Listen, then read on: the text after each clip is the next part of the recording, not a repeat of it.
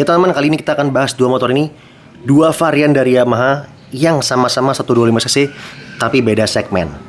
Langsung kita check it out.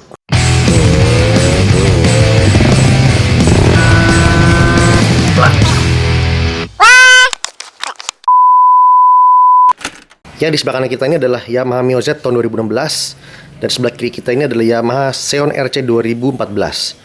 Jadi Yamaha Mio Z sama Yamaha Mio M3 itu mirip, bedanya cuman warna sama ukuran velg ya. Nanti kita bahas. Seperti biasa kita akan bahas dulu dari desainnya ya antara kedua motor ini. Pertama tentunya adalah kakaknya ya. Ini adalah Yamaha Xeon RC tahun 2014, warna hitam dengan striping putih. Di tahun 2010-an sampai 15-an itu memang di Indonesia untuk matic merek Jepang yang keluar di Indonesia ini memang desainnya seperti ini ya, agak tajam tapi nanggung gitu. Kayak bisa kita lihat ya, dia tajam tapi nggak juga. Sudut-sudutnya masih agak curvy tapi dia secara desain garis besarnya tajam. Nah, kita mulai dari batok ya. Batok ini menurut gue bagus ya, desainnya dimensional ya. Nah, kita mulai dari batok ya. Jadi ini batoknya menurut gue sangat bagus. Karena apa? Karena banyak dimensinya ya. Dia berundak-undak dan ada bolongan nih. Seolah-olah kayak air scoop, tapi bukan sebenarnya. Tapi ini bener-bener bolong tuh guys tuh. Ini klakson nih dalamnya tuh ya. Tapi ini gue suka bentuknya. Jadi modelnya bisa diterapkan atau bisa dipakai di motor matic manapun ini. Keren gitu. Nah, dari leksi depannya ini desainnya dia lampunya satu, gede banget. Dan nyambung sama lampu sen ya. Terus di sini ada lampu senjanya. Kalau gue pribadi untuk lampu depannya gue kurang terlalu suka karena yang lainnya tuh tajam. Tapi dia bunder sendiri tuh. Bulat, jadi kayak nanggung gitu menurut gue ya. Untuk spakbor kalian bisa lihat nih. Jadi ini adalah menurut gue yang gue bilang desainnya tuh nanggung ya. Tajam enggak, tapi juga bulat juga enggak gitu. Serba di tengah, jadi kayak kurang karakternya tuh kurang ada gitu, kurang dapet. Di samping menurut gue paling mending nih. Dia lumayan cakep, cuman ya kembali lagi tajam tapi ada curvy-nya. Tapi mungkin emang diciptakan supaya kalau lo nyuci ya nggak tajam-tajam gitu, nggak bikin luka baret di tangan pas lagi nyuci gitu. Kalau dari samping dia cukup streamline ya, bener-bener lempeng tuh lempeng ke belakang ke serong ke atas gitu. Jadi streamline, lumayan oke lah, jadi netral gitu. Dan untuk footstep belakangnya itu dia ada covernya ya, jadi rapih, bagus. Terus yang paling gue suka adalah bentuk dari knalpotnya nih, cover ininya, ini paling gue suka. Jadi kayak Gatling gun gitu loh bentuknya. Ini menurut gue knalpot Yamaha yang paling oke bentuknya. Untuk lampu belakangnya cukup simpel ya. Tuh, ini kebagi dua kolom, yang lampu remnya, lampu kotanya, sama lampu sen masih semua bohlam masih. Dan behelnya bentuknya begini ya, biasa aja gitu. Sedikit aksen tapi termasuk biasa aja. Dan di samping ini biasanya kan box filter ya kalau matic zaman sekarang ya. Ini nggak ada ya, box filter di kolong ya. Seperti Mio lama ya, jadi sini kosong, ngeblong nih. Nah, untuk lewat dashboard ya, ini cukup sederhana ya. Di sini ada speedometer, di sini ada fuel meter, di sini ada tachometer di sini. Odometer. Tengah sini nggak kelihatan ya. Nah, ini odometer. Dan indikator lampu sennya juga kanan kiri ya, biar nggak salah ngesen kita. Ada indikator engine check atau MEL. Ada indikator high beam. Udah situ doang kalau di speedometer ya. Terus di kanan seperti biasa cuman ada starter karena ini auto headlight on. Di kiri high low beam sama lampu sen sama klakson, jadi standar sederhana gitu aja. Nah, sekarang kita compare sama adanya Mio M3 ya, atau Mio Z ini. Kalau Mio M3 ini dia lebih lebih berkarakter untuk desain. Jadi bener-bener tajam tuh bener-bener nggak nanggung gitu, bener-bener tajam aja gitu. Lihat batoknya tuh, semua tarikannya tegas, tajam, runcing di sini tuh ya, tajam semua. Ini nongol tajam juga nih kelihatan ya, tajam. Di depan juga sama ya, tajam tuh tajam. Jadi bener-bener nat-natnya tuh bener-bener kayak tegas gitu, tajam. Ini ada aksen ala-ala karbon di dasinya. Untuk lampunya mirip menurut gue, cuman ini lebih menurut gue better lah bentuknya dibanding yang Xeon punya. Ini lebih lebih runcing, jadi lebih kelihatannya lebih sangar aja dibanding ini nih gitu. Sama lampu depan gede di tengah, sama nyambung sama lampu sen, ada aksen-aksen bodi plastiknya nih, hitam-hitam. Sama di samping ini ada aksen ala-ala karbon ya, bodi plastik ala-ala karbon. Jadi kalau di mobil tuh ala-ala splitter gitu loh. Bagus sih, dimensional jadinya. Di spakbor juga lebih tajam desainnya dibanding yang ini nih. Ya. Lebih punya karakter kalau menurut gue. Jadi secara keseluruhan bagian depannya lebih nyiri gitu. Oh, ini Mio M3 gitu. Nah, kita ke samping ya. Nah, ini dia, apalagi di sini ya. Bagian samping ini bener-bener tajam nih. Tuh, desainnya tajam banget. Sampai kalau lo naik tuh dan kalau tinggi ya. Dan kalau tuh nempel di sini nih. Berasa tajam ya. Tuh ya, bodi sampingnya juga ya. Kelihatan ya. Lebih tegas gitu. Lebih yakin kayak desainnya tuh lebih, aku mau ke arah maskulin yang tajam gitu semuanya. Semuanya streamline tajam tuh. Sampai bodi kasar juga berdimensi dan semuanya tajam, ada aksen-aksen ala karbon di sini juga. Tuh ya, ini bagian leg shield, inner leg shieldnya. Kalau knalpot biasa aja nih, ini udah gue tambahin end cap muffler, jadi lebih bagus. Tapi aslinya biasanya kayak Mio Karbu pada umumnya gitu. Lampu menurut gue biasa aja pakai desainnya, nggak keren-keren banget, nggak, menurut gue bisa dibilang nggak kurang keren, malah ya kayak terlalu plain gitu. Itu aja gitu. Tuh kayak gini bentuknya.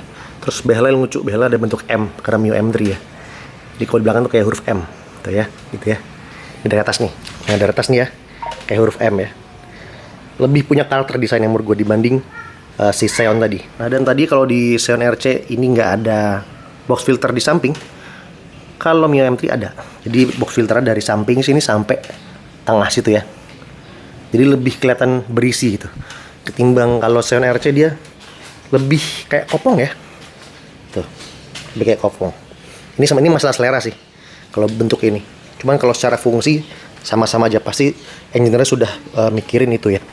Nah, kalau dari layout dashboard sama aja ya. Ini lebih sederhana lagi menurut gue malah bentuknya, untuk dashboard layout speedometernya.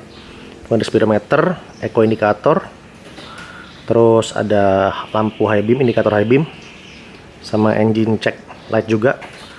Terus lampu seinnya ini indikatornya di kanan doang, jadi nggak kanan kiri ya, kanan doang. Sama fuel meter sama odometer di tengah gitu. Lebih simpel lagi dibanding yang Xeon tadi, karena dia ada frame-nya menurut gue lebih bagus, ada frame-nya. Ini nggak ada, gini aja udah gitu. Untuk di saklar kanannya sama AHO dan cuman ada starter. Di kiri juga cuman ada high low, lampu sen sama klakson. Untuk kayak kakinya motor ini keduanya hampir mirip ya, jadi shock depannya sama ya kan. Terus velgnya sebenarnya bawaannya dia juga mirip kayak gini bentuknya, pelang 5 juga. Ini dari zamannya Mio Karbu, nggak berubah.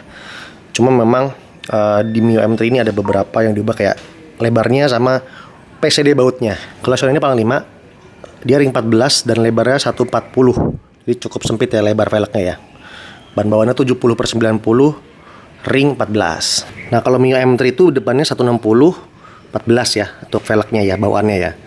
Dan ukuran depannya 80/80, ring 14 ukuran bannya. Nah, beda di sini nih.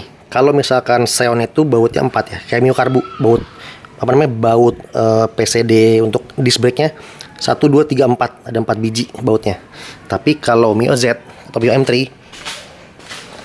itu bautnya 3 ya. 1 2 3. Kita nggak tuh nih, 3. Jadi di situ cuma 3 baut. Kalau di sini 4 baut, di sini 3 baut. Jadi velgnya sebenarnya bisa dipakai, tapi disc brake-nya harus ngikut gitu. Oke, untuk kaliper juga sama ya. Satu piston kayak gini, bentuknya sama kayak yang M3 persis. Tuh ya. Untuk yang belakang juga sama palang 5, ring 14 juga. Lebarnya 185, sama seperti Mio M3 ya. Tapi kalau Mio Z punya gue itu 250 standarnya, jadi lebih besar gitu. Ini bannya ring 14 juga, 80/90, R14 standarnya. Rem belakangnya juga masih tromol nih ya. Kalau Mio M3 itu 185 juga lebarnya, ring 14. Cuman kalau Mio Z kayak gini aslinya malah lebih lebar tuh, lebar velgnya lebar banget. Jadi 14 juga ringnya, tapi lebarnya tuh 2,50 inch. Jadi lebar banget, enak buat pakai ban lebar tuh, jadi kayak apa ya, fitmentnya pas gitu. Tapi kalau ini udah gue ganti, jadi ini udah pakai velg Rossi palang 8 ya, ban belakang. Ukurannya tuh depan 185, belakangnya 215. Nah, menurut gue ini lebih proporsional ya ketimbang bawaannya yang 160 sama 250. Kayaknya gede banget belakang, depannya tipis banget. Tapi kalau ini menurut gue lebih proporsional gitu. Kita lihat aja dikit ya.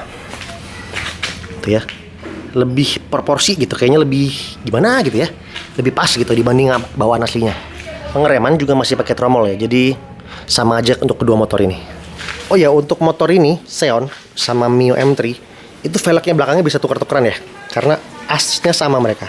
gigi asnya tuh sama, jadi bisa tukar-tukarnya velgnya. Jadi kalau misalkan Xeon mau pakai velg aftermarket dari Mio M3, itu bisa banget. Dan ada perbedaan di suspensi belakang ya, antara kedua motor ini ya, yang menurut gua itu dampaknya sangat besar untuk rideability-nya atau kenyamanan berkendara ya, terutama di suspensi belakang ini.